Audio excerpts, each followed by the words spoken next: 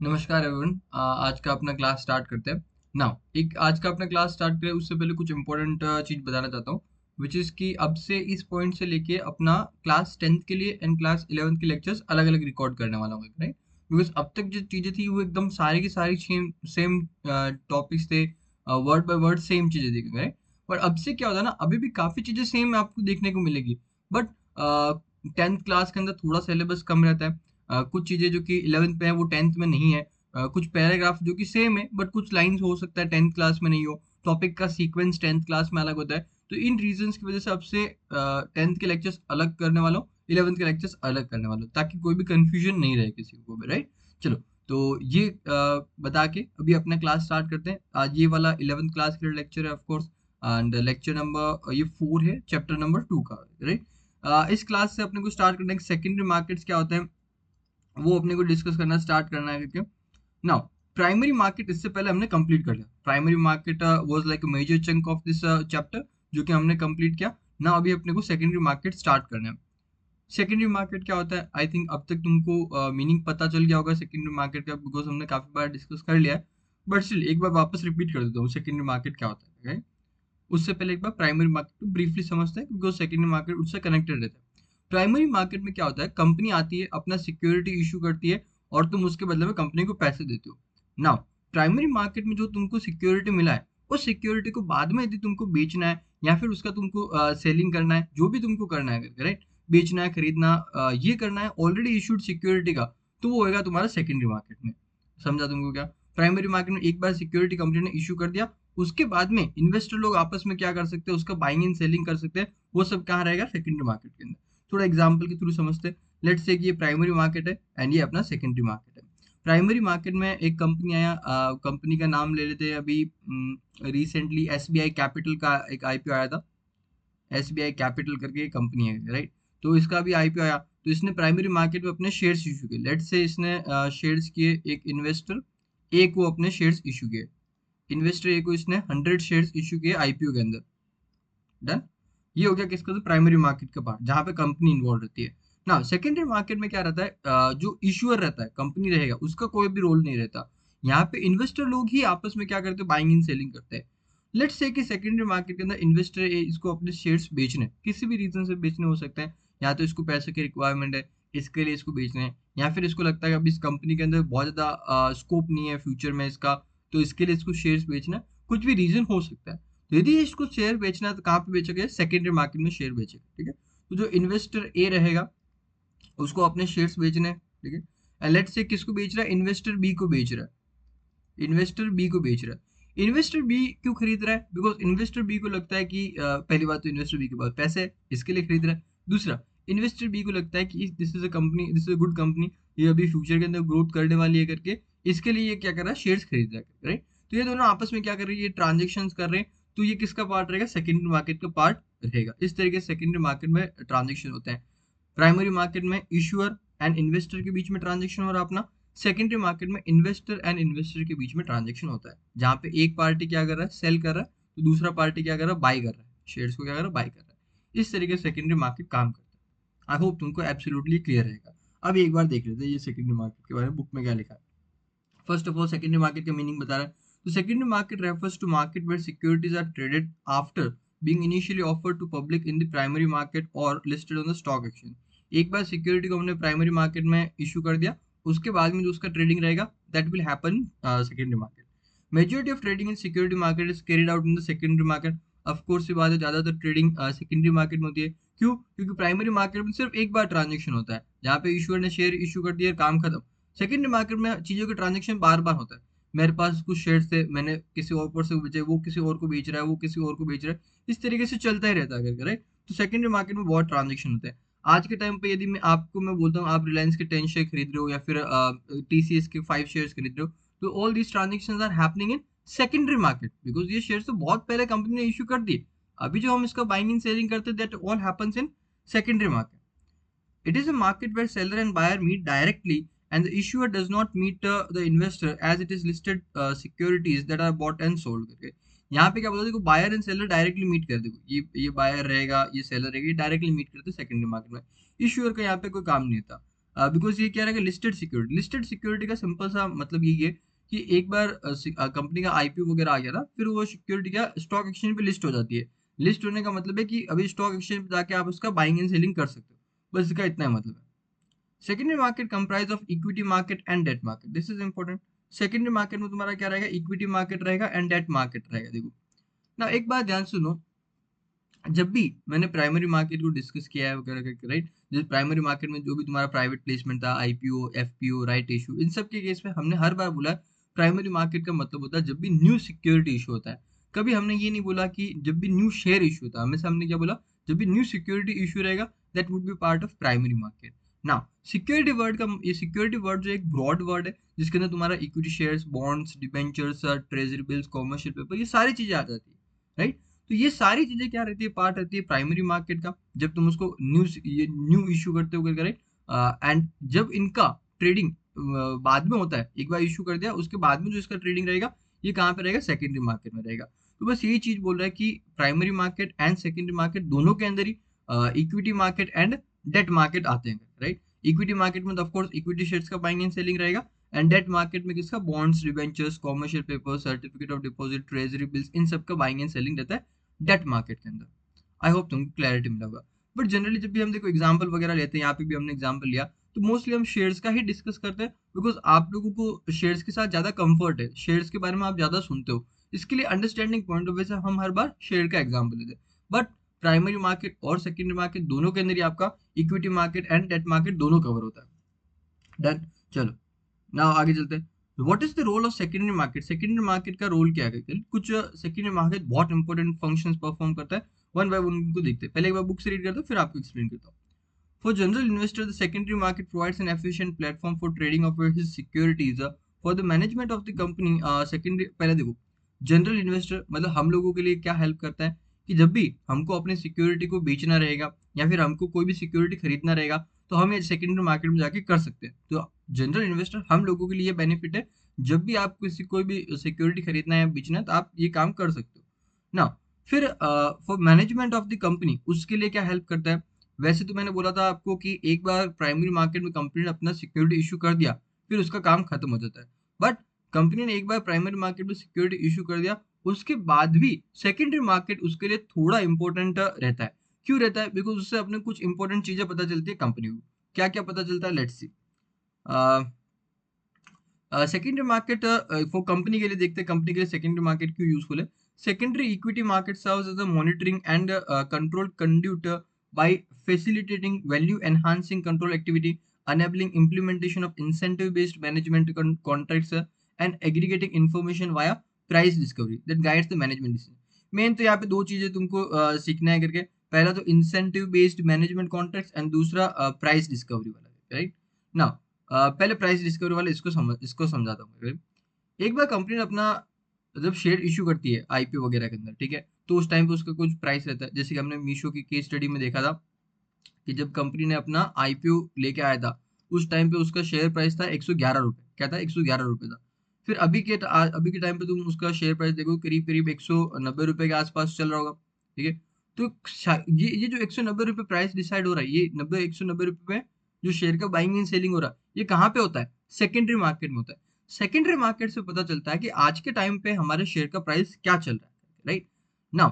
ये कंपनी के लिए क्यों इंपॉर्टेंट है, इसका भी रीजन समझो। जब शेयर का प्राइस बहुत ज्यादा बढ़ जाता है, मतलब कंपनी के शेयर का प्राइस क्या हो गया, बहुत ज्यादा बढ़ गया, तो कंपनी को यदि उस टाइम पे पैसों की नीड होती है, तो कंपनी क्या कर सकती है, न्यू शेयर इशू करके पैसे उठा सकती है। क्यों, क्योंकि कंपनी को पता है अभी हमारे शेयर की प्राइस बहुत ज्यादा हाई है करके, राइट। इस पॉइंट पे यदि हम अपने नए शेयर इशू करते हैं तो हमको ज्यादा पैसा मिलेगा। इसके लिए सेकेंडरी मार्केट कंपनी के लिए इंपॉर्टेंट होता है, बिकॉज आपको कॉन्स्टेंटली पता चलता रहता है कि अभी कंपनी का शेयर का प्राइस क्या चल रहा है। प्रैक्टिकली तुमको बताऊं, गूगल ने अभी कुछ टाइम पहले अपने नए शेयर्स इशू किए मार्केट के अंदर, और उसके बदले में बहुत सारे पैसे उठाए करके, बिलियंस ऑफ डॉलर उठाए करके। तो गूगल ने ये कभी किया, जब उसका शेयर ऑल टाइम हाई पे चल रहा था, तब उसने ये डिसीजन लिया कि हम नए शेयर्स इशू करेंगे और उसके बदले में पैसे लेंगे, बिकॉज उनको पैसों की नीड थी एआई वगैरह के अंदर इन्वेस्ट करने के लिए। अंडरस्टूड। तो ये एक काम के अंदर तुमको शेयर मार्केट बहुत हेल्प करता है। दूसरा, इंसेंटिव बेस्ड मैनेजमेंट कॉन्ट्रैक्ट, जो कंपनी की जो टॉप मैनेजमेंट होती है, जिसके अंदर कंपनी का सीईओ, सीएफओ, ये सब लोग आते हैं, right, board of directors and all that. इनको जब हम सैलरी देते हैं ना, तो बहुत बार कंपनीज क्या करती है कि इनको टारगेट देती है कि यदि हमारा शेयर प्राइस लेट से 190 से 250 तुम लेके जाते हो इन नेक्स्ट 2 इयर्स यदि तुम हमारा शेयर प्राइस 190 टू 250 लेके जाते हो, तो हम तुमको लेट से 50% बोनस देंगे या फिर इतना सैलरी तुम्हारा इंक्रीज कर देंगे। इस तरीके से उनको टारगेट मिलता है। नाउ इससे कंपनी को क्या बेनिफिट हो रहा है समझो जरा। शेयर प्राइस 190 टू 250 कैसे जाएगा? जब उसका टॉप मैनेजमेंट कुछ अच्छे अच्छे डिसीजंस लेगा, कंपनी को बिजनेस को एक्सपैंड करने की कोशिश करेगा। जब बिजनेस बढ़ेगा तो यहाँ पे शेयर प्राइस भी बढ़ता है। ठीक है, तो इस तरीके से कंपनी को यहाँ पे एडवांटेज होता है कि यदि इस तरीके के वो टारगेट्स देती है उनको, तो कंपनी वो अच्छे डिसीजंस लेते हैं, अपना बिजनेस ग्रो करता है। तो इसके लिए भी ये शेयर मार्केट अपने को हेल्प करता है। आई होप तुमको समझा होगा। चलो आगे चले। Secondary market are regulated market where all the transactions are carried out through stock exchange. Secondary market regulated market रहता है, मतलब बहुत सारे रूल्स एंड रेगुलेशंस बना रखे हैं। सेबी ने भी बहुत सारे रूल्स बना रखे हैं, स्टॉक एक्सचेंज उन्होंने भी बहुत सारे रूल्स बना रखे होते हैं। Hence it is safe platform for the investor. Investor के लिए एकदम सेफ है, आप आराम से कर सकते हो, कोई भी आपके साथ धोखाधड़ी नहीं होगा। सेफ होने का ये मतलब नहीं है कि तुम शेयर्स में इन्वेस्ट करते हो तो तुमको कोई नुकसान नहीं होगा। इसका ये मतलब बस तुम यहाँ पे ट्रांजेक्शन कर सकते हो, तो यहाँ पे कोई तुम्हारे साथ धोखाधड़ी नहीं होगा। ये इसके लिए बोलता है। And listed companies have to abide by stringent rules and regulations which act as a quality control for them। Companies के लिए भी यहाँ पे बहुत सारे रूल्स एंड रेगुलेशन बने होते हैं, जैसे कि हर 3 महीने में कंपनीज को अपनी कंपनी के बारे में इंफॉर्मेशन देना होता है। अब तक कंपनी का क्या प्रॉफिट हुआ, क्या उसका सेल्स हुआ, क्या कंपनी के फ्यूचर प्लान्स है, ये सब चीजें बतानी होती है, राइट। तो ये रहा अपना सेकेंडरी मार्केट का रूल क्या रहता है। नाउ टॉकिंग अबाउट डिफरेंस क्या रहता है between primary market and secondary market. Very simple difference, तुम अब तक समझ ही गए होगे तुमको। In primary market securities are offered to the public for subscription for the purpose of raising capital और फंड। प्राइमरी मार्केट में सिक्योरिटी इशू करते हैं ताकि हम पैसा उठा सकें। Hence the investor and the issuer are in direct contact for the purchase and sale of security। ये पहला डिफरेंस हो गया। ये दूसरा हो जाएगा। पहला तो क्या कि यहाँ पे तुम पैसा उठाती है कंपनी। दूसरा, यहाँ पे investor and issuer direct contact के अंदर रहते हैं, उनके बीच में ट्रांजेक्शन होता है।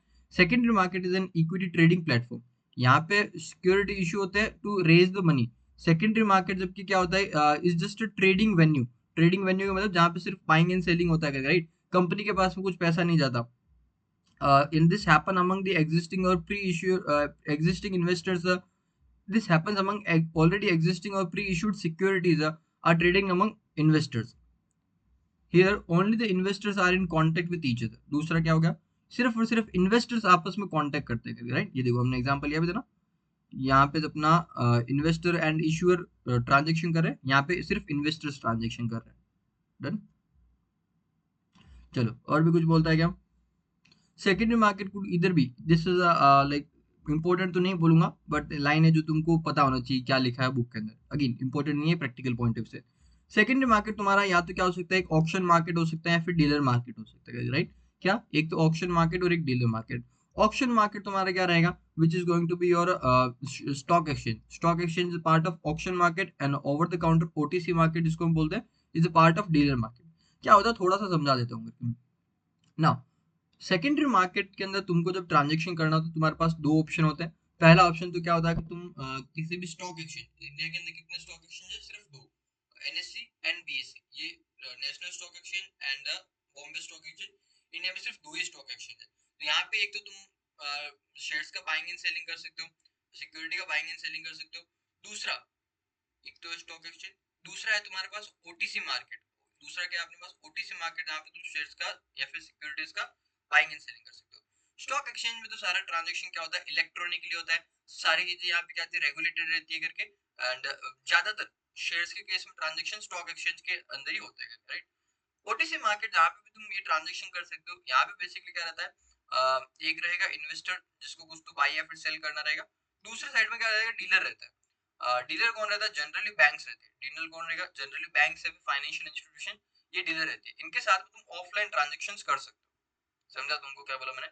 सिक्योरिटी एक्सचेंज के थ्रू, सॉरी, स्टॉक एक्सचेंज के थ्रू तुम यदि ट्रांजेक्शन करते हो, एनएससी या फिर बीएससी के थ्रू यदि तुम ट्रांजेक्शन करते हो, तो डिजिटली ट्रांजेक्शन होएगा एंड सब रूल्स एंड रेगुलेशंस फॉलो करके ट्रांजेक्शन होएगा। और ओटीसी मार्केट जहाँ पे क्या रहेगा, इन्वेस्टर जो रहेगा ट्रांजेक्शन करता है डीलर के साथ में। डीलर जनरली कौन रहेगा, या तो कोई बैंक रहेगा या फिर कोई फाइनेंशियल इंस्टीट्यूशन रहेगा। और ये ट्रांजेक्शन ऑफलाइन होते हैं, मतलब तुमको वहां पे फिजिकली जाके ट्रांजेक्शन करने पड़ते हैं, राइट। ये इसके अंदर रहता है। जैसे मैंने बोला मेजोरिटी केसेस के अंदर आज के ट्रांजेक्शन होते हैं अपना स्टॉक एक्सचेंज के अंदर ट्रांजेक्शन होता है, ओटीसी मार्केट फिर भी डेट मार्केट के अंदर ट्रांजेक्शन आज भी ओटीसी मार्केट में काफी सारे होते हैं, बट शेयर मार्केट के लिए ओटीसी मार्केट इतना यूज नहीं आता। बट स्टिल तुम्हारे बुक में दे रखा तो रीड कर लिया हमने, हालांकि जैसे मैंने बोला ज्यादा इंपॉर्टेंट नहीं है ना, प्रैक्टिकली ज्यादा इंपॉर्टेंट नहीं है, एग्जाम में हो सकता है तुम्हारे क्वेश्चन आ जाए। ना नेक्स्ट स्टॉक एक्सचेंज के बारे में समझते हैं।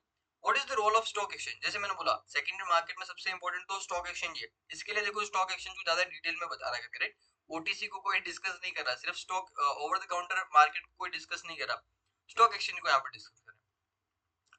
स्टॉक एक्सचेंज का क्या रोल है in the buying and selling, देखो stock exchange in India under the overall supervision of regulatory authority which is SEBI provide a trading platform where the buyers and sellers can meet to transact in securities।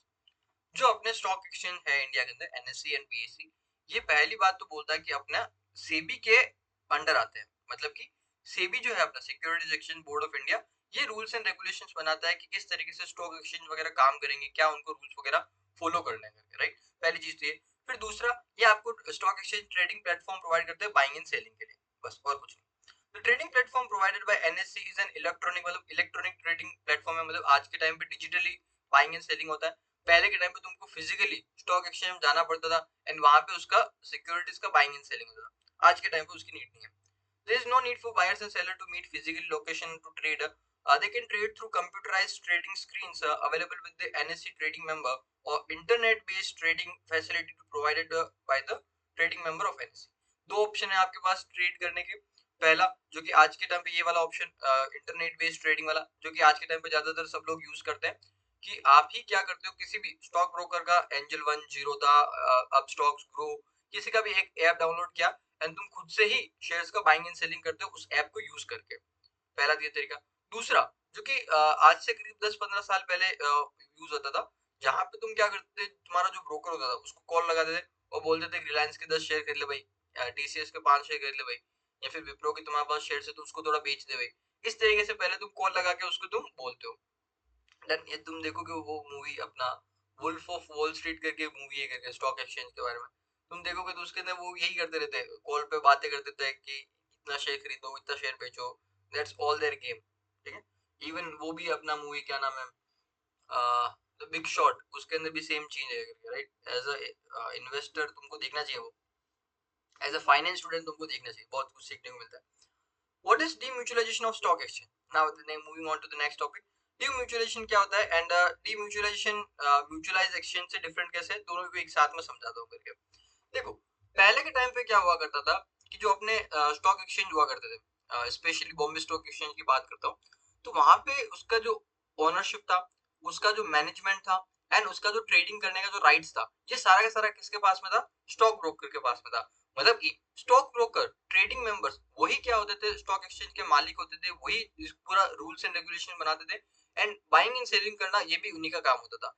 इस setup को, इस structure को हम क्या बोलते थे, mutual structure बोलते थे इसको, म्यूचुअल एक्सचेंज पहले हम बोला करते थे।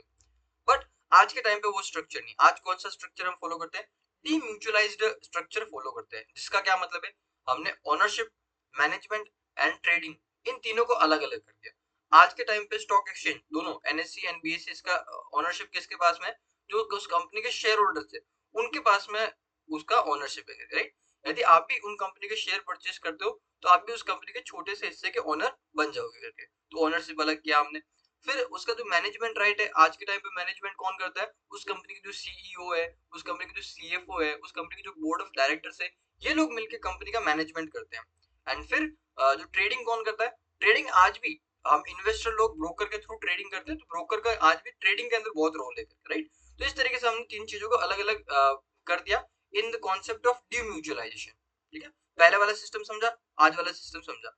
नाउ ऐसा हमने चेंज क्यों किया, पहले वाले सिस्टम से आज के सिस्टम में मूव क्यों हुए, उसका सिंपल सा रीजन है, पहले वाले सिस्टम में बहुत ही ज्यादा मन मर्जी हुआ करती थी ब्रोकर्स लोगों की, उनके पास में बहुत ज्यादा पावर्स थी, वो अपने हिसाब से कुछ भी करते थे, बहुत इन्वेस्टर लोग इससे सफर करते थे, तो इसके लिए हमने ये सिस्टम को चेंज किया। आई होप तुमको पूरा पूरा सिस्टम क्या होता है, क्यों हमने चेंज किया, तुमको समझा होगा। Now demutualization refers to the legal structure of the exchange where the ownership, management and the trading rights at the exchange are segregated from one another। Demutualisation में क्या रहेगा, तीनों अलग अलग रहेंगे। Now how is demutualisation exchange different from mutual exchange? In the mutual exchange, अब mutual exchange की बात बता रहा है, the three functions of ownership, management and trading are concentrated into a single group, which is a group of which is a group of trading members या फिर brokers का group. Here the broker लिख दिया, here the broker members of the exchange are both the owners and the traders, and the further they manage the exchange as well. यहाँ पे brokers ही क्या करते थे, owner भी थे, trader भी थे, manage भी करते थे. This at times can lead to conflict of interest in decision making. A demutualized exchange, on the other hand, has all three functions clearly segregated. Ownership, management, trading है, तीनों अलग अलग रहेंगे. Done, understood? चलो यहाँ पे एक, हाँ ये एक वर्ड देख लो, this at times lead to conflict of interest in decision making. इसका क्योंकि एक बच्चों को ये वर्ड जनरली नया लगता है कि कॉन्फ्लिक्ट ऑफ इंटरेस्ट क्या है, राइट? सिंपल ये है कि दो इंटरेस्ट होते हैं स्टॉक ब्रोकर, एक तो उसका खुद का इंटरेस्ट की मेरे लिए जो अच्छा है वो मैं काम करूं, प्लस उसको ये भी ध्यान रखना होता है कि जो स्टॉक एक्सचेंज के लिए अच्छा है वो भी उसको ध्यान रखना होता है. कभी कभी जो उसको डिसीजन लेना होता है तो उसके अंदर वो दोनों में से एक ही का ध्यान रख सकता है, तो वो हमेशा किसको प्रायोरिटी देता है, खुद के इंटरेस्ट को प्रायोरिटी देता है, राइट? खुद के इंटरेस्ट को स्टॉक एक्सचेंज के इंटरेस्ट से अबव रखता है. तो जब ऐसा सिचुएशन होता है जहां पे दो जन के इंटरेस्ट को आपको ध्यान में रखना है, बट तुम किसी एक ही इंसान के इंटरेस्ट को ध्यान में रख सकते हो, that situation is conflict of interest करके, राइट? तो ये ज्यादा कुछ नहीं, बस एक सिंपल सा वर्ड है. आगे चलो. नाउ नेक्स्ट टॉपिक इज अपना डिपॉजिटरी. क्या होता है? अच्छा टॉपिक है, इसको समझते हैं. देखो, पुराने टाइम में जो अपना सिक्योरिटीज हुआ करता था वो फिजिकल फॉर्म के अंदर हुआ करता था, उनके सर्टिफिकेट्स हुआ करते थे. आपको पुराने टाइम में वो शेयर्स के इतने बड़े बड़े सर्टिफिकेट्स देखने को मिलते थे, बॉन्ड्स एंड डिबेंचर्स, इनके भी सर्टिफिकेट्स हुआ करते थे, एंड इन सर्टिफिकेट्स का बाइंग एंड सेलिंग हुआ करता था, ठीक है? बट उसके अंदर तुमको पता है बहुत सारी प्रॉब्लम्स आती थी. क्या प्रॉब्लम थी? कभी कभी जो अपने शेयर के सर्टिफिकेट कभी खो जाते थे, कोई लोग ऐसे होते थे जो फेक सर्टिफिकेट्स बना लेते थे करके, राइट? या फिर कभी सिग्नेचर मिसमैच होते थे, कुछ ना कुछ उसके अंदर बहुत बहुत सारी प्रॉब्लम्स होती थी करके, राइट? तो इस प्रॉब्लम्स को डील करने के लिए इन्होंने क्या कॉन्सेप्ट लेके आया, इन शेयर्स को हमने कन्वर्ट कर दिया डिजिटल फॉर्म में. जो फिजिकल शेयर्स थे इनको हमने डिजिटल इनके वर्जन्स बना के डिजिटल फॉर्म में इनको कन्वर्ट कर दिया. एंड जो डिजिटल शेयर्स रहेंगे, ये सारे के सारे डिजिटल शेयर्स कहाँ पे स्टोर रहते हैं? डिपॉजिटरी के पास में स्टोर रहते हैं, ठीक है? हम बेसिकली क्या करते हैं, एक अपना अकाउंट खुलवाते हैं डिपॉजिटरी के पास में, एंड उस अकाउंट के अंदर अपने सारे के सारे स्टोर्ड अपने शेयर्स एंड सिक्योरिटीज सारे के सारे वहां पे स्टोर्ड रहते हैं. ये काम होता है डिपॉजिटरी का. डिपॉजिटरी का क्या काम है? हम लोग वहां पे जाके अपना अकाउंट खुलाएंगे, जिसको हम बोलते हैं डीमेट अकाउंट बोलते हैं, एंड जितने भी अपने सिक्योरिटीज है, चाहे शेयर्स है, चाहे बॉन्ड्स है, चाहे डिबेंचर्स है, चाहे म्यूचुअल फंड के यूनिट्स है, ये सारे के सारे सिक्योरिटीज एक डिजिटल फॉर्म के अंदर उस अकाउंट के अंदर स्टोर्ड रहते हैं. कौन से अकाउंट में? डीमेट अकाउंट में. डीमेट अकाउंट कहाँ पे खुलाते हैं? डिपॉजिटरी के पास में. डन. चलो अब एक बार समझते हैं इसको. A depository can be compared with the bank. Depository को समझाने के लिए तुमको बैंक का एग्जांपल ले रहा है, which hold the funds for depositors. Analogy देखो, देखते हैं क्या. पहला, बैंक के अंदर हम क्या करते हैं, अपने पैसे को स्टोर करते हैं. डिपॉजिटरी के पास हम क्या करेंगे, अपनी सिक्योरिटीज को स्टोर करते हैं. सिक्योरिटीज उसके पास में रहेगी इन डिजिटल फॉर्म करते हैं. बैंक के अंदर एक जगह से दूसरी जगह तुम पैसे ट्रांसफर कर सकते हो. सेम डिपॉजिटरी के अंदर भी तुम सिक्योरिटी एक अकाउंट से दूसरे अकाउंट में ट्रांसफर कर सकते हो, राइट? मैंने भी अपनी सिक्योरिटी तुमको बेचा तो डिपॉजिटरी मेरे अकाउंट से सिक्योरिटी हटा के तुम्हारे अकाउंट में डाल देगा. फिर बैंक के अंदर तुमको जैसे फिजिकल मनी की नीड नहीं होती, बिकॉज डिजिटली चीजें ट्रांसफर हो जाती है. वही चीज यहाँ पे बोल रहा है कि यहाँ पे ओनरशिप जो है डिजिटली ट्रांसफर हो जाएगी, फिजिकल सिक्योरिटी की नीड नहीं है. फिर फैसिलिटेट, पहले वो तुम्हारे क्या पैसों को सेफ रखता है बैंक, राइट? इजीली तुम्हारे पैसे को चोरी नहीं होने देता, पैसों को तुम्हारा ध्यान रखता है. वैसे यहाँ पे तुम्हारे वो क्या करता है, शेयर्स को एंड अदर सिक्योरिटीज को सेफ रखता है, राइट? देखो यहाँ पे कभी शेयर बोलता है, कभी सिक्योरिटी बोलता है, बट आई होप तुमको इसके अंदर अभी कंफ्यूजन नहीं होगा. जनरली वर्ड हम सिक्योरिटी ही यूज करते हैं, बट बिकॉज उसके अंदर शेयर्स ही क्या रहता है, सबसे प्रोमिनेंट रहता है, जिसका बाइंग एंड सेलिंग ज्यादा होता है, लोग उसको डिस्कस ज्यादा करते हैं, जिसके लिए बुक भी तुम्हारा बहुत बार गलती करता है. यहाँ पे देखो, यहाँ पे सिक्योरिटी लिखा तुम्हारा, यहाँ पे सिक्योरिटी लिखा, यहाँ पे भी सिक्योरिटी लिखा, फिर एंड में यहाँ पे शेयर्स लिख दिया, ठीक है? तो इनका आई होप तुम वो इंटेंशन समझ रहे होगे rather than what they have written it here. Done. चलो आगे चलते हैं. नाउ हाँ, जैसे मैंने बोला अपने शेयर्स डिजिटली स्टोर रहेंगे अपना डीमेट अकाउंट के अंदर, और डीमेट अकाउंट हम खोलते हैं डिपॉजिटरी के पास में. इंडिया के अंदर दो ही डिपॉजिटरी है, इंडिया के अंदर सिर्फ और सिर्फ दो ही डिपॉजिटरी है. One is your NSDL which is national security depository limited, and दूसरा है अपना central depository service limited which is CDSL. यहाँ पे देखो, ये सीडीएसएल के अंदर ये जो एस वर्ड है इसके ऊपर फोकस करना है, दिस इज सर्विसेज, राइट? यहाँ पे क्या है, यहाँ पे जो एनएसडीएल में एस है, this stand for securities, CDSL में जो S है, स्टैंड फॉर सर्विस, इसके ऊपर तुमको इसके लिए फोकस करा रहा हूँ बिकॉज MCQ इसके ऊपर बन जाता है कि CDSL का फुल फॉर्म बताओ। जहाँ पे एक ऑप्शन में लिखा रहेगा सेंट्रल डिपॉजिटरी सिक्योरिटी लिमिटेड, दूसरे में सेंट्रल डिपॉजिटरी सर्विस लिमिटेड। जिस पर्सन को स्पेसिफिकली पता नहीं होगा ना, 100% वो सिक्योरिटी वाले ऑप्शन को चूज कर लेता है, जबकि वो गलत हो जाएगा, ध्यान रखना, और इसमें कुछ नहीं है। Now what are the benefits of participation in depository, मतलब तुम एक डिपॉजिटरी के पास में डीमेट अकाउंट खोल के अपने शेयर्स वहां पे स्टोर करते हो, अपने सिक्योरिटीज को वहां पे स्टोर करते हो, तो उसके अपने को बेनिफिट्स क्या मिलते हैं? पहला तो immediate transfer of securities, 1 second लगता है एक जगह से दूसरी जगह ऐसा सिक्योरिटी ट्रांसफर करने में। फिर no stamp duty on security transfer, पहले तो फिजिकल तुमको सिक्योरिटी ट्रांसफर करना पड़ता था, वो सर्टिफिकेट्स ट्रांसफर करने थे तो तुमको स्टैम्प ड्यूटी देना पड़ता था, बट अभी उसकी नीड नहीं है। तुम आज भी देखो, तुमको ऐसा लैंड या फिर बिल्डिंग ऐसा कुछ ट्रांसफर करना होता है, बेचना होता है, तुमको स्टैम्प ड्यूटी देना पड़ता है। वैसे पहले शेयर्स के टाइम पे भी देना पड़ता था, बट अभी उसको देने की जरूरत नहीं है। फिर elimination of risk associated with physical certificate, जैसे मैंने बोला फिजिकल सर्टिफिकेट में कुछ रिस्क हुआ करते थे, जैसे कि फेक सिक्योरिटीज हो गया। बैड डिलीवरीज का मतलब होता है कि सामने वाली पार्टी तुमको ऐसा क्या बोलते हैं, सिग्नेचर मिसमैच वाले दे दिए, फटे टूटे ये दे दिए सर्टिफिकेट्स वगैरह, that is called as bad deliveries, right? तो ये सारी प्रॉब्लम्स अभी नहीं होती। Reduction in paper work, because अभी डिजिटल हो गया तो पेपर वर्क कम हो गया। ट्रांजेक्शन कॉस्ट भी कम हो जाता है बिकॉज चीजें थोड़ा एफिशिएंट हो गया। फिर नॉमिनेशन फैसिलिटी, ये अच्छा पॉइंट है, बहुत अच्छा पॉइंट है, ईज ऑफ नॉमिनेशन फैसिलिटी। तुम इजीली अभी क्या कर सकते हो, अपनी नॉमिनी को अपॉइंट कर सकते हो। नॉमिनी कौन होता है कि मान लो कि तुम्हारे पास बहुत सारे करोड़ों शेयर्स खरीद रखे हैं तुमने किसी कंपनी के, एंड सडनली तुम्हारी डेथ हो जाती है, तो उन शेयर्स का क्या होएगा? तो वो शेयर्स तुम्हारे जो भी नॉमिनी है, जो भी मतलब तुम्हारा उत्तराधिकारी है, उसको पास ऑन कर दिए जाएंगे यदि तुमने नॉमिनी की डिटेल्स उनको बता रखी है। डिपॉजिटरी को यदि तुम नॉमिनी की डिटेल बता दो ना कि यदि हमको कुछ हो जाए तो हमारे शेयर्स हमारे बेटे को दे देना या फिर हमारे स्पाउस को दे देना, तो वो उनको आपके डेथ के केस में उनको सिक्योरिटी दे देते हैं, राइट? तो ये होता है नॉमिनेशन वाला केस करके, जहाँ पे आपको अपना एक नॉमिनी अपॉइंट करना पड़ता है, आपको अपना उत्तराधिकारी अपॉइंट करना पड़ता है। तो ये आज के टाइम पे बहुत इजी हो गया, पहले थोड़ा डिफिकल्ट होता करता था। फिर बोलता है कि चेंज इन एड्रेस, मतलब कि मान लो तुम्हारा एड्रेस चेंज होता है, तुम जहाँ पे रह रहे हो उसका एड्रेस तुम चेंज करते हो करके, राइट? तो आज के टाइम पे तुमको सिर्फ और सिर्फ जो डिपॉजिटरी है उसको बताना रहेगा, एंड वो तुम्हारा काम हो गया। पहले के टाइम पे तुमको हर एक कंपनी को बताना पड़ता था कि तुमने एड्रेस चेंज किया, तुम्हारे पास रिलायंस के शेयर है, तुम्हारे पास विप्रो के शेयर है, तुम्हारे पास TCS के शेयर है, तो तुमको तीनों को अलग अलग जाके बताना पड़ता था कि हमने एड्रेस चेंज किया। बट अभी उसकी जरूरत नहीं है, सिर्फ डिपॉजिटरी को बताओ और तुम्हारा काम हो जाएगा। यहाँ पे देखो एक नया वर्ड आया क्या, DP. DP stand for basically depository participate, जो कि अपना नेक्स्ट टॉपिक आने वाला है, राइट? उस टाइम पे बता दूँ, बट अभी तुमको चलो ये आएगा तभी बता दूँ, राइट? अभी के लिए बस समझो क्या है ये। आगे चले। Now transmission of securities is done directly by the DP eliminating the correspondence with the company. अब देखो डीपी डीपी बार बार आ रहा है तो मैं बता देता हूँ क्या होता है। बेसिकली जो अपना डिपॉजिटरी है, दो ही डिपॉजिटरी है, NSDL एंड CDSL, तुम डायरेक्टली इनके साथ कांटेक्ट नहीं करते हो, तुम इनके एजेंट्स के थ्रू इनसे कांटेक्ट करते हो। जो इनके एजेंट्स है वो, उनको हम क्या बोलते हैं, डिपॉजिटरी पार्टिसिपेंट बोलते हैं, शॉर्ट में इसको डीपी लिखते हैं, अंडरस्टूड? डिपॉजिटरी के साथ में तुम्हारा डायरेक्ट कांटेक्ट नहीं होता, उसके बीच में जो उसके एजेंट्स है उसके थ्रू तुम उसको कांटेक्ट करते हो, वो उनको क्या बोलेंगे, डिपॉजिटरी पार्टिसिपेंट। जैसे कि LIC कंपनी, इंश्योरेंस कंपनी, तुम उसके साथ डायरेक्टली कांटेक्ट थोड़ी करते हो, उसके एजेंट्स आते हैं, उसके थ्रू तुम क्या करते हो, कांटेक्ट करते हो।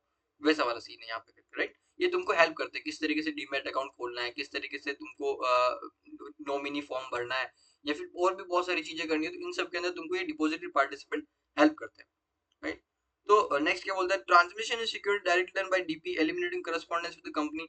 आज के टाइम पे तुमको एक जगह एक सिक्योरिटी को बेचना है, किसी शेयर को बेचना है, तो तुमको कंपनी से कुछ लेना देना ही नहीं है, ये डिपॉजिटरी पार्टिसिपेंट तुम्हारे लिए काम कर देगा। तुम जिसको भी बेचना है, ये डिपॉजिटरी पार्टिसिपेंट तुम्हारे अकाउंट से निकाल के किसी और को दे देगा। Convenient method of consolidation of folio account, this is good point again. यहाँ पे क्या होता है बेसिकली, तुमने एक साल के अंदर या फिर जितने भी, एक महीने में, एक साल के अंदर, एक दिन में, या फिर एक 3 महीने में, जितने भी टाइम ले लो, राइट? जितने भी ट्रांजेक्शन किए वो सारे के सारे तुमको एक जगह पे मिल जाते हैं, और ये कौन देगा ट्रांजेक्शन तुमको, डिपॉजिटरी पार्टिसिपेंट। ये सारा ट्रांजेक्शन का लिस्ट देते हैं कि इस साल में तुमने ये शेयर्स खरीदे, इस प्राइस पे खरीदे, ये शेयर्स तुमने बेचे, इस प्राइस पे तुमने बेचे, ये सारा डिटेल एक जगह पे तुमको मिल जाता है यदि तुम डिपॉजिटरी के पास डीमैट अकाउंट खुलवाते हो।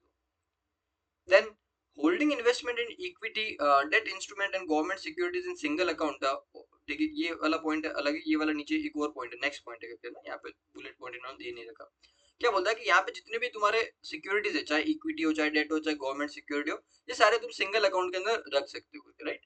फिर automatically credit into demat account of shares arising out of split consolidation और मर्जर। देखो, ये स्प्लिट कंसोलिडेशन मर्जर क्या होता है, वैसे तो इसी चैप्टर के एंडिंग में हम पढ़ने वाले हैं करके, राइट, बट स्टिल अभी बता देता हूँ। जैसे कि मान लो एक कंपनी है जिसका अभी शेयर प्राइस क्या चल रहा है, 100 रुपए का चल रहा है। ठीक है, एक शेयर है, उसका एक शेयर का प्राइस क्या चल रहा है, अभी 100 रुपए चल रहा है। तो कंपनी चाहे तो क्या कर सकती है, इसको कन्वर्ट करती है, 10-10 रुपए के 10 शेयर्स बना सकते हैं। कन्वर्ट करके क्या कर सकते हैं, 10-10 रुपए के 10 शेयर बना सकते हैं। क्यों करती है, कैसे होता है, वो बाद में सीखेंगे, बट ऐसा कंपनी कर सकती है करके, राइट। तो इस सिचुएशन के अंदर तुम्हारा एक शेयर जो 10 शेयर में कन्वर्ट हो गया ना, तो ये काम तुम्हारा ऑटोमेटिकली ये डिपॉजिटरी वाले कर देते हैं। तुम्हारे अकाउंट में एक शेयर की जगह 10-10 रुपए के 10 शेयर कन्वर्ट कर देंगे। ये काम ये ऑटोमेटिकली करके तुमको दे देते हैं। देन चलो अभी आगे चलते हैं। हु इज डिपॉजिटरी पार्टिसिपेंट, हमने ऑलरेडी समझ गया कि डिपॉजिटरीज के एजेंट्स होते हैं। Depository provide its services to investors through its agent और depository participant. These agents appoint by the depository with the approval of SEBI। Important क्या है कि ये एजेंट्स के लिए सेबी का अप्रूवल चाहिए होता है। ऐसे ही नहीं किसी को भी एजेंट बना दिया, सेबी का अप्रूवल चाहिए होता है। According to SEBI regulations among others, three categories of entities, banks, financial institutions and SEBI registered trading members can become depository participant. कौन कौन डिपॉजिटरी पार्टिसिपेंट बन सकता है, सिर्फ तीन ही लोग बन सकते हैं। पहला तो बैंक्स बन सकती है, दूसरा की जो फाइनेंशियल इंस्टीट्यूशन है वो बन सकते हैं। फाइनेंशियल इंस्टीट्यूशन कौन रहेंगे, जैसे टाटा कैपिटल है, अपना आईएफएल है करके, ये सब क्या है, रिलायंस कैपिटल है, ये सब क्या फाइनेंशियल इंस्टीट्यूशन है, बट बैंक नहीं है, बट क्या है फाइनेंशियल इंस्टीट्यूशन। तो ये भी क्या बन सकते हैं, डिपॉजिटरी पार्टिसिपेंट्स बन सकते हैं। एंड थर्ड कैटेगरी है कि जो तुम्हारे ट्रेडिंग मेंबर्स है, जिन्होंने सेबी के पास में रजिस्ट्रेशन ले रखा है, वो लोग भी क्या बन सकते हैं, डिपॉजिटरी पार्टिसिपेंट बन सकते हैं। Normally, brokers and the banks themselves offer depository participant service in order to provide all the service to the investors through a single window. Generally, practically क्या देखने को मिलता है, ये बुक सही बोलता है तुम्हारा, कि जो तुम्हारा स्टॉक ब्रोकर है या फिर तुम्हारा जो बैंक है, वही तुमको डिपॉजिटरी पार्टिसिपेंट का सर्विस देता है, राइट, ताकि तुमको सारी की सारी चीजें एक जगह से मिल जाए। मान लो कि तुम्हारा कोई भी जो ब्रोकर है, लेट्स से एंजल वन तुम्हारा ब्रोकर है, तो एंजल वन तुमको ट्रेडिंग मेंबर की भी सर्विस दे रहा है, मतलब ब्रोकिंग भी सर्विस दे रहा है, वो तुमको डिपॉजिटरी पार्टिसिपेंट की सर्विस भी साथ साथ में दे देगा, ताकि तुमको अलग अलग जगह नहीं जाना पड़े। डन, आगे चलते हैं।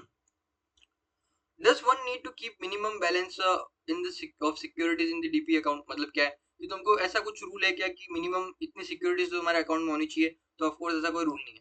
बैंक के अंदर जैसा होता है ना, तुमको मिनिमम इतने पैसे तुम्हारे अकाउंट में होने चाहिए, नहीं तो तुम्हारे चार्जेस कटेंगे, वैसा यहाँ पे कुछ नहीं है। Yeah. Then what is ISIN करके? This is International Security Identification Number, unique identification number for a security. Basically globally all over world क्या होता है ना, हर एक सिक्योरिटी को एक यूनिक नंबर देते हैं, ताकि हम आइडेंटिफाई कर सके कौन सी सिक्योरिटी की बात हो रही है, राइट। उस नंबर को हम बोलते हैं इंटरनेशनल सिक्योरिटी आइडेंटिफिकेशन नंबर। तुमको बताता भी हूँ, देखो, जैसे कि ये एनएससी की वेबसाइट पर जाके तुम देखोगे तो ये मैंने अभी खोल के रखा है, रिलायंस कंपनी का शेयर खोल के रखा है, राइट। तो यहाँ पे ये जो नंबर दिख रहा है ना, INE करके, यहाँ से जो स्टार्ट हो रहा है 12 डिजिट नंबर, ये है तुम्हारा ISIN नंबर करके, ये यूनिक नंबर है। तुम देख लो, अभी इस कंपनी के लिए मैंने खोला है, ये रिलायंस के लिए, लेट्स से अभी मैं TCS को सेलेक्ट करता हूँ यहाँ पे, तो इसके लिए देखो ये जो नंबर है वो अलग नंबर है। यहाँ पे देखो एंड में 1029 है, जबकि रिलायंस के एंड में क्या था, 1018 था, राइट। इस तरीके से देखो तुम हर एक कंपनी के लिए क्या रहेगा, ये 12 डिजिट का एक यूनिक नंबर रहेगा, जितने भी शेयर्स है वर्ल्ड वाइड, राइट। तो this is ISIN। Now next, what is custodian, again इसको थोड़ा डिस्कस करते हैं, कस्टोडियन क्या होता है। देखो, जो बड़ी बड़ी इंस्टीट्यूशंस होते हैं, जैसे कि म्यूचुअल फंड्स हुए, जैसे कि पेंशन फंड्स हुए, राइट, एंड जैसे कि फॉरेन इंस्टीट्यूशनल इन्वेस्टर्स, बाहर वाले विदेशी लोग हुए, राइट। ये लोग क्या करते हैं, इन कस्टोडियंस को अपॉइंट करते हैं।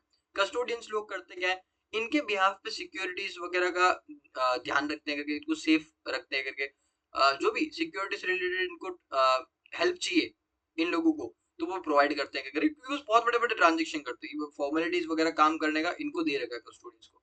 कस्टोडियंस जनरली होते कौन है, जो बैंक्स होती है वो कस्टोडियन सर्विस प्रोवाइड करती है, जैसे HDFC बैंक, ICICI बैंक, इनके अंदर क्या होता है, कस्टोडियन सर्विस वाला एक डिपार्टमेंट होता है, जो कि इन लोगों को ये सर्विसेज प्रोवाइड करती है। मेन इनका काम क्या होता है, इनको हेल्प करना, जितना भी इनको ट्रांजेक्शन से रिलेटेड हेल्प चाहिए उन सबको अंदर हेल्प करता है, राइट। इसके बदले में इनको थोड़ा बहुत पैसा मिल जाता है, बस यही चीज है। Custodian is basically an organization which helps register and safeguard the securities in its client. Safeguard करती है securities को client के लिए. Besides safeguarding securities, a custodian also keeps track of corporate action. जो भी corporate action आ रहा है, किसी कंपनी का डिविडेंड आ रहा है, बोनस शेयर आ रहा है, इस तरीके से स्टॉक स्प्लिट आ रहा है, तो इन सब चीजों को भी ये ट्रैक करती है और इनको बताती है on behalf of its client. A custodian is also responsible इन चीजों के लिए भी. क्या? पहला मेंटेनिंग क्लाइंट्स सिक्योरिटी अकाउंट, उसको मेंटेन करने के लिए रिस्पांसिबल होता है. कलेक्टिंग द बेनिफिट्स और rights accruing to the client in respect of securities. Client की सिक्योरिटीज पे उसको कुछ भी बेनिफिट मिल रहा है, जैसे मैंने बोला उसको डिविडेंड मिल रहा है या फिर उसको बोनस शेयर्स वगैरह मिल रहे हैं, तो वो सब ये कलेक्ट करता है. And keeping the client informed of the action taken और to be taken by the issuer of securities having a bearing on the benefit और the right accruing to the client. Issuer of security जो भी company है, यदि वो कोई भी ऐसा एक्शन लिया है उसने या फिर लेने वाली है, तो उसके बारे में उसको बताना रहेगा. बस ये चीज बोलता है, ज्यादा कुछ है नहीं इसमें. नाउ कुछ छोटे छोटे टॉपिक्स यहाँ पे दे रहे कि उनको डिस्कस करते हैं. पहला, how can one convert physical shares into electronic shares. यदि तुम्हारे पास मान लो फिजिकल शेयर्स है, आज भी बहुत सारे लोगों के पास वो पुराने फिजिकल शेयर्स पड़े होते हैं, तो यदि तुमको वो फिजिकल शेयर्स को इलेक्ट्रॉनिक फॉर्म में कन्वर्ट कराना है, डिजिटल फॉर्म में कन्वर्ट कराना है, तो वो तुम कैसे करोगे? तो उसके लिए तुमको एक डीमैट रिक्वेस्ट फॉर्म ये फाइल करना पड़ता है. और ये फॉर्म तुमको कहाँ से मिलेगा? जो तुम्हारे डिपोजिटरी पार्टिसिपेंट है उससे तुमको ये फॉर्म मिल जाएगा. साथ में जब तुम ये फॉर्म भरोगे तो तुम्हारे पास जो फिजिकल सर्टिफिकेट्स है ये तुमको उसको देने पड़ेंगे, ये सबमिट कराने पड़ेंगे, फिर तुमको डिजिटल मिलेंगे. ऐसा नहीं हो सकता कि तुम्हारे पास फिजिकल भी है और डिजिटल शेयर्स भी है, ऐसा पॉसिबल नहीं है. राइट, बस ये है. Separate DRF has to file for each ISIN number. मतलब कि मान लो तुम्हारे पास फिजिकल शेयर्स रिलायंस के, टीसीएस के, इन्फोसिस के, इन तीन कंपनीज के फिजिकल शेयर्स है, तो तुमको क्या करना पड़ेगा? तीन ये फॉर्म्स फाइल करने पड़ेंगे इनको कन्वर्ट करने के लिए. बेसिकली जितने शेयर्स है तुम्हारे पास, जितने कंपनीज के शेयर्स है, उतने तुमको ये फाइल करने पड़ेंगे form. Now can odd lot shares be dematerialised. देखो ये वैसे ऑड लॉट शेयर्स वाला कॉन्सेप्ट पुराना कॉन्सेप्ट है, आज के टाइम पे एग्जिस्ट नहीं करता. पहले क्या हुआ करता था ना कि जो जितने भी शेयर्स हुआ करते थे उसका एक मिनिमम लॉट साइज हुआ करता था. फॉर एग्जांपल तुमको रिलायंस के शेयर खरीदना है, तो वहां पे ऐसा लिखा होता था कि मिनिमम इसके तुमको 10 शेयर्स खरीदने पड़ेंगे. मतलब कि 10 शेयर्स का एक लॉट हुआ करता है, 10 शेयर्स इक्वल्स टू 1 लॉट. ठीक है, तो तुमको मिनिमम क्या करना पड़ेगा? रिलायंस का शेयर खरीदना तो एक लॉट खरीदना पड़ेगा जिसके अंदर 10 शेयर्स रहेंगे. करेक्ट. नाउ ऑड लॉट वाला कॉन्सेप्ट क्या बोलता है? लेस देन 10 शेयर्स यदि तुम खरीदते हो, लेस देन 10 शेयर्स यदि तुम खरीदते हो करके, right, that would be called as odd lot shares करके. क्या उसको भी तुम डीमैटेरियलाइज कर सकते हो? बेसिकली क्या होता है, लॉट को तुम फ्रैक्शन में खरीद रहे हो, मतलब 0.5 लॉट खरीद रहे हो. ठीक है, तो उस केस में इसको क्या बोलते हैं? ऑड लॉट शेयर बोलते हैं. तो इसको तुमको क्या करना पड़ता है? डीमैटेरियलाइज करा सकते हो क्या? तो ये इसको कर सकते हो. पुराना कॉन्सेप्ट है, आज के टाइम पे एग्जिस्ट नहीं करता. To dematerialise shares have distinctive numbers. यदि तुमने शेयर्स को डीमैटेरियलाइज करा दिया तो क्या उनका डिस्टिंक्टिव नंबर होता है क्या? ध्यान से सुनो. हर सिक्योरिटी का, हर शेयर का एक आईएसआईएन नंबर वो तो होता ही, ऑफ कोर्स, ही बात है. बट पहले क्या हुआ करता था ना कि रिलायंस का लेट से कि आईएसआईएन नंबर 101 है. क्या है उसका आईएसआईएन नंबर? क्या रहेगा? 101 रहेगा. राइट, ये उसका हो गया आईएसआईएन नंबर, जो कि आज भी रहेगा. ठीक है, बट उसके अंदर क्या होता था, जितने भी उसके शेयर्स है उन हर एक शेयर्स का, जब फिजिकल शेयर्स हुआ करता ना, तो हर एक शेयर्स का भी अपना एक सेपरेट नंबर हुआ करता था. लेट से कि उसके जो फिजिकल शेयर्स है उसके नंबर होंगे ए, बी, सी, डी, इस तरीके से उसके नंबर होंगे. राइट, फिजिकल शेयर्स के भी अपने नंबर होते हैं. तो आज के टाइम पे क्या ना, आईएसआईएन नंबर तो आज भी है, बट जो डिजिटल सिक्योरिटीज होती है उसके अंदर जो हर सिक्योरिटी का अपना कोई अलग से नंबर नहीं होता. राइट, आई होप तुमको समझा होगा. रिलायंस के जितने भी शेयर्स है वो सारे के सारे सेम टू सेम शेयर्स है, उनमें कोई डिफरेंस नहीं है. पहले हर एक शेयर का भी अपना एक सेपरेट नंबर हुआ करता था. बस ये चीज कहता है. Dematerialised shares do not have distinctive number. These shares are fungible. Fungible मतलब एकदम आइडेंटिकल होते हैं, इसको इंटरचेंज तुम इजीली कर सकते हो, कोई डिफरेंस नहीं होता. which means that all the holdings of a particular security will be identical and interchangeable.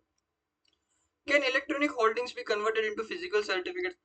आज तुम्हारे पास में क्या डीमैट अकाउंट में डिजिटल शेयर्स पड़े हैं, क्या तुम उनको फिजिकल फॉर्म के अंदर कन्वर्ट कर सकते हो क्या?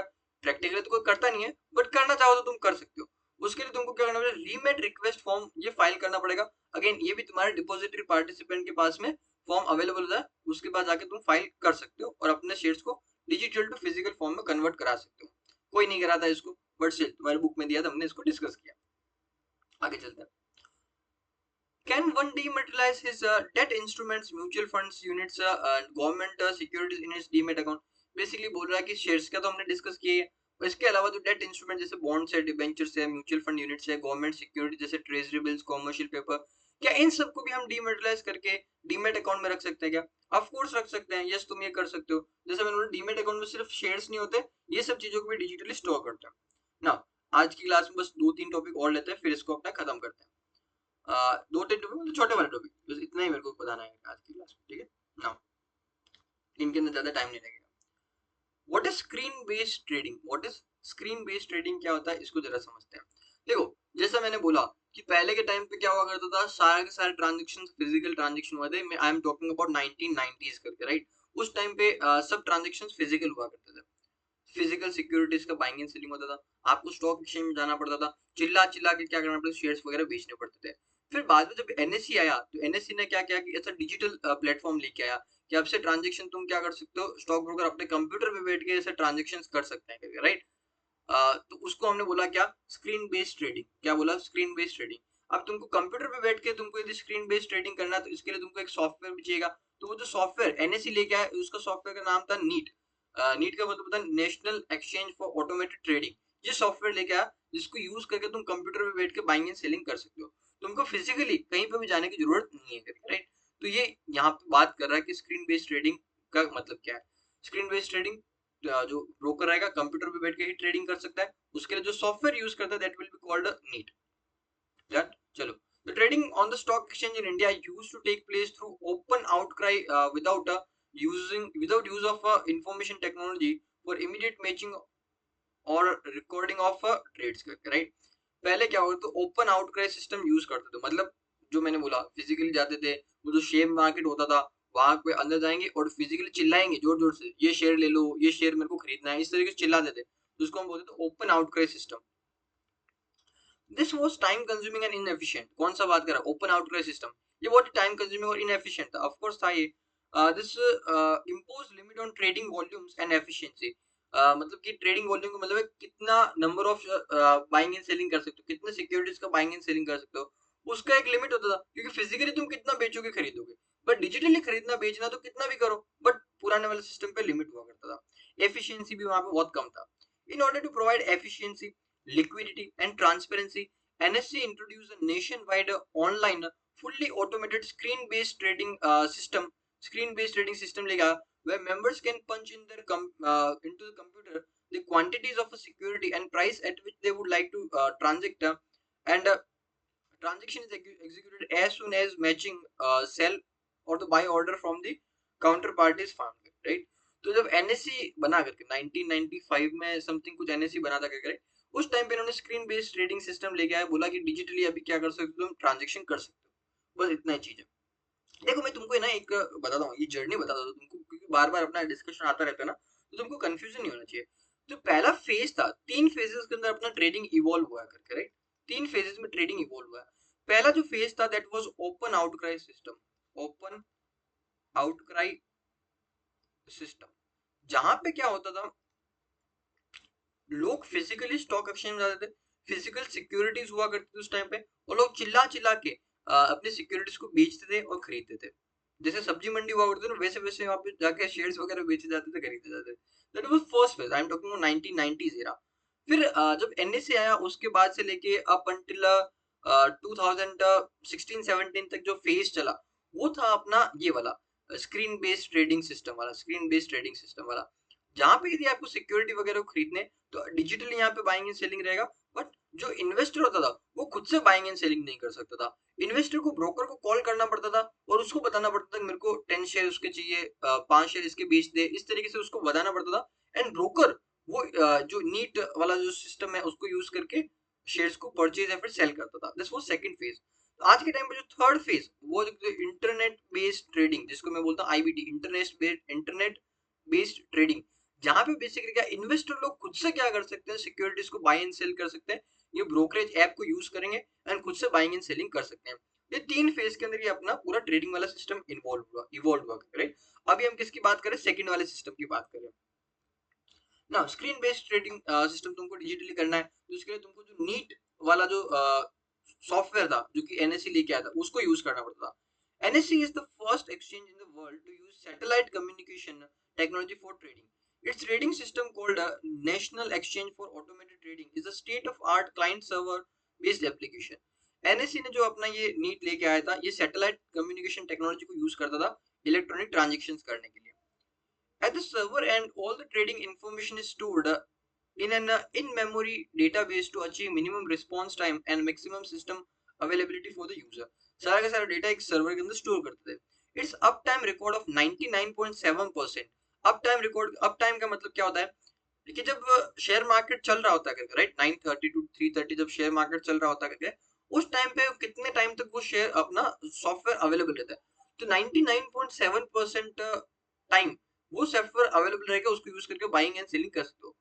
0.3% क्या होता था कि कभी कभी ग्लिच आ जाता था, वो सॉफ्टवेयर काम नहीं करता था, ऐसा बोल रहा है. Which is very good. 99.7% is very impressive.